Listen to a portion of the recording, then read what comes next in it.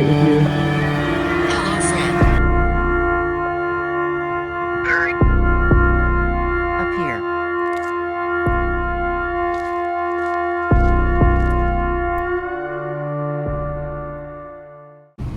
Is it a crypt?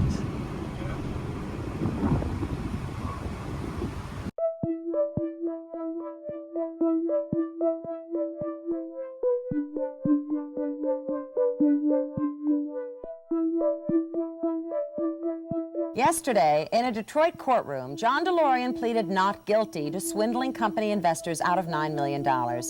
This is the continuing saga of a man whose name alone conjures up visions of the wealthy and glamorous, as well as images of a sleek stainless steel sports car bearing the DeLorean name. But the most indelible impression the public has of John Delorean is that of maverick automotive genius, who, desperate to save his failing car company, became involved in what he alleges was a government-engineered cocaine deal. The nation watched as he was found not guilty in the most celebrated drug trafficking trial ever. But the story doesn't end here. A few days after the verdict was announced, the picture-perfect marriage of John Delorean to model Christina Ferrar came to an end. John Z. Delorean. Great Scott. I know, this is heavy. 5 miles an hour. Look at that thing. Back in town, bud. 2005. We'd like to speak to the spirit of John Delorean. My name is Weird Bob, and this is Pia. We're paranormal investigators. If there's anything you'd like to say to us, you can use this device to speak through. We'd like to know a little bit about your story. I'm intrigued. Awesome. How did you come up with the doors for the DeLorean? Well, they're pretty cool. Was it futuristic? Was it supposed to be a futuristic car? I also know the DeLorean company made basically like snow movers for like ski resorts, like what do they call that? Groomers. DeLorean made groomers. When I worked on a ski resort up north there, used to make snow. We used to drive the DMC groomers. So, and they also had LMC. I think LMC and DMC were kind of like the same company. My home. Your home?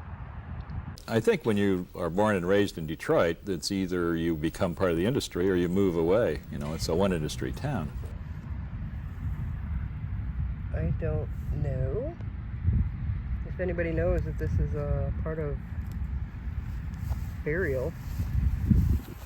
Do you scare people? Pia? Good and evil here. Ooh, there's probably a snake in there. I'm not fucking with that. Good and evil here. There's a snake in there?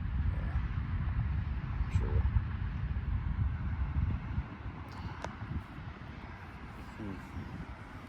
There's good and evil here? Is John Delorean here? Are we talking with John Delorean or are we talking with someone else?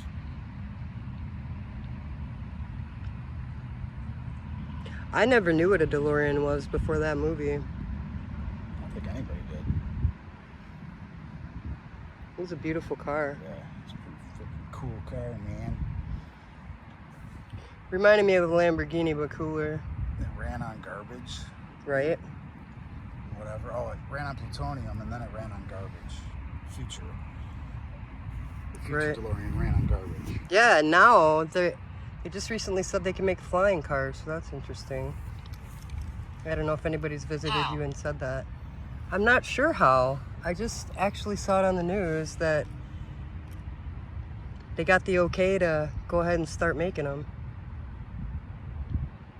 Crazy though, right? On air.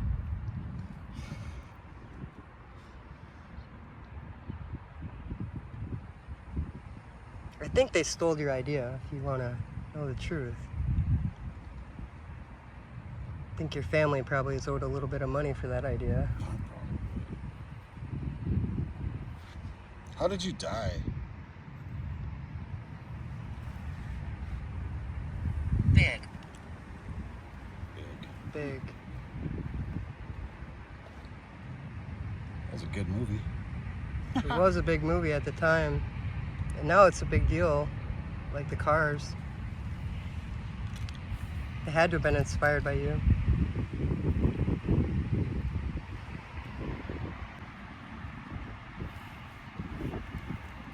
Do people come visit you a lot?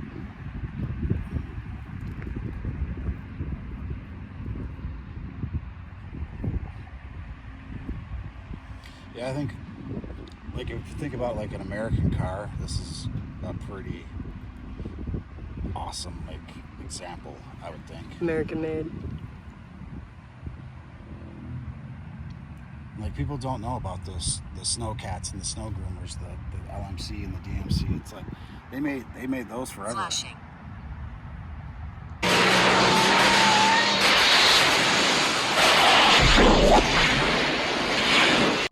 No. Down.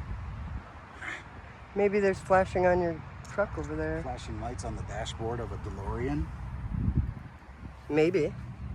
The engine light of a DeLorean. No. I wonder how he came up with the design. Like in the... It's a two-seater, right? Yeah. So it's kind of sporty.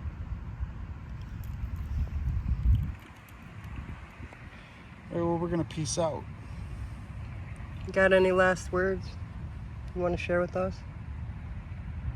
Anything at all?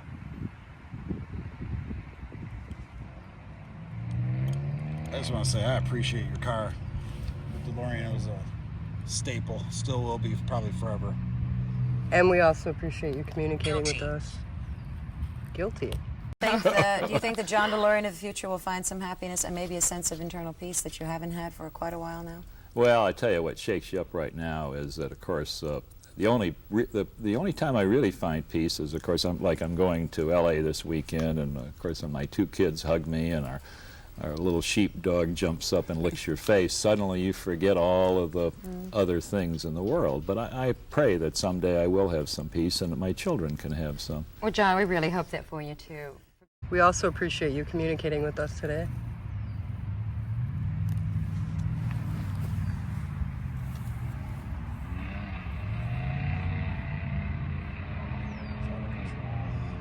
Goodbye, John.